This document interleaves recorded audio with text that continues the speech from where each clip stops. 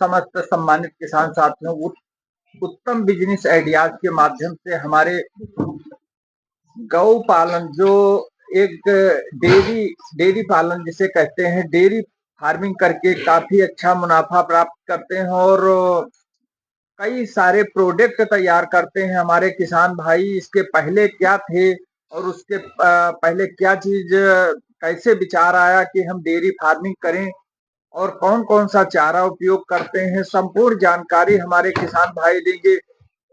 किस चारे का अधिक उपयोग करके दूध अधिक उत्पादन करते हैं और कौन कौन सी नस्ल की गायें हैं, संपूर्ण जानकारी हमारे किसान भाई बताएंगे। किसान भाई, आपका शुभ नाम और परिचय। मेरा नाम श्रीकांत त्रिपाठी है। मैं ग्राम सिकोहा का निवासी हूँ और ये सिकोहा गांव ब्लॉक रेउसा जिला सीतापुर में स्थित है। किसान भाई, ये जो गौ पालन आप कर रहे हैं, कितने वर्षों से आप गौ पालन कर रहे हैं? गौ पालन तो मैं कर रहा हूँ, करीब 45 साल से कर रहा हूँ।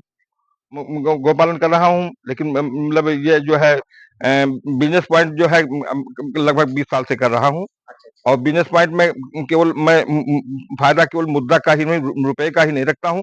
और साइड में हमारे तमाम से काम जो होते हैं, जो हम खेती जो करते हैं, उससे हमें बड़ा, उसमें जो हम दवा बना लेते हैं, छिड़काव के लिए बना लेते हैं, बेसल ड्रेसिंग बना लेते हैं और छिड़काव करते हैं या पानी लगाते हैं, तब दवा लाते हैं। गोबर, गोमूत्र, सीरा और ये सब मिला करके जो उठा के बोते हैं और गाय की सींग से खाद बना लेते हैं। तो उसमें भी गोबर का उपयोग होता है। गाय की मरी हुई गाय की सींगें आती हैं, तो उसमें जो है शरद पूर्णिमा के दिन गोबर भरा जाता है और वो गोबर जो है 6 महीने बाद निकाला जाता है, गड्ढे में भर दिया जाता है, उसमें गोबर भर दिया तो ढक दिया जाता है। उसके बाद 6 महीने बाद वो निकाला जाता है। वो खाद मात्र 50 ग्राम जो है 100 लीटर पानी में क्लॉकवाइज घुमाते हैं, उधर दोनों तरफ से घुमाते हैं, 1 घंटा घुमाते हैं और वही छिड़काव करवा देते हैं। तो उससे हमारी फसल पर बहुत अच्छा प्रभाव पड़ता है।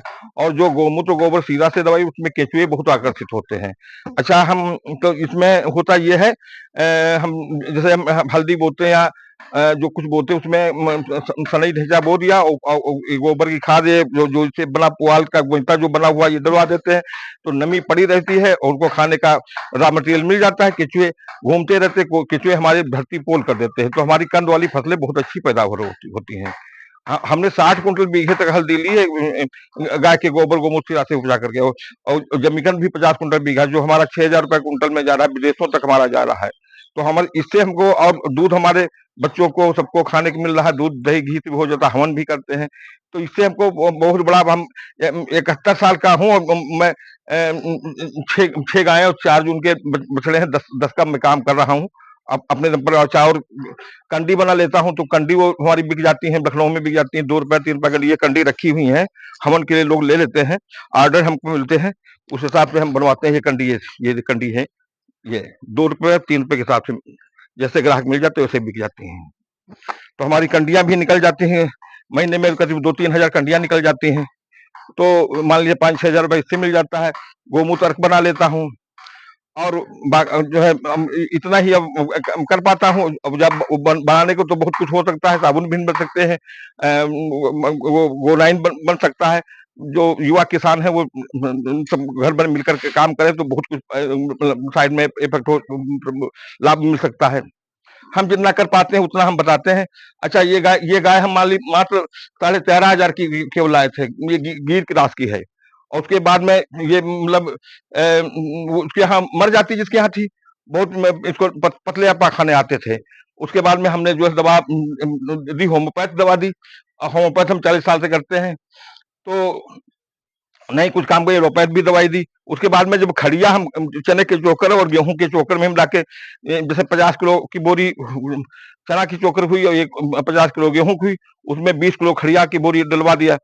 तो इससे ये हुआ, कैल्शियम उसको मिल गया और इसके जो पाखाना जो है पतला नहीं रह गया और आराम से स्वस्थ हो गई और दूध भी बढ़िया दे रही है।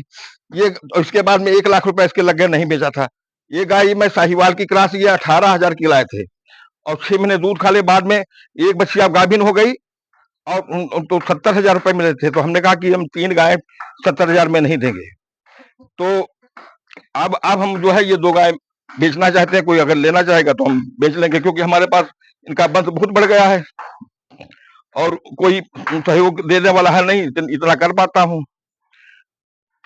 ये इधर जो है सब दूध दे रहे हैं, नहीं दे नहीं, रहे हैं? 3 गाभिन है और ये माँ तभी 4 साल की दूसरी बार गाभिन हुई है और वो 2.5 साल की है, राठी गाय है बछिया।